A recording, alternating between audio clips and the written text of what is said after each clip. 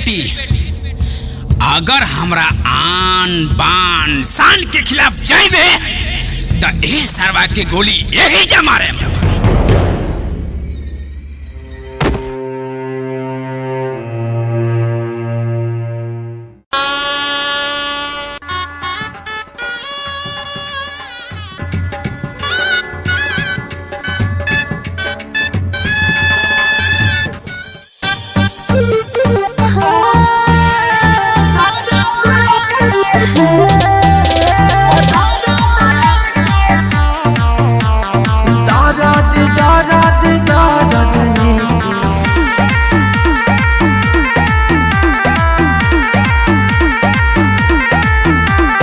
दोसरा से शादी अब हो खता हमार हो, याद आवे गिफ्ट दिहल तो हर बार बार हो।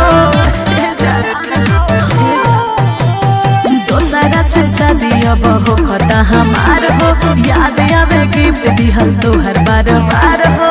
कहे मजबूर तबे हो गइल दूरी, अपन फाटल करे जले के सीहे।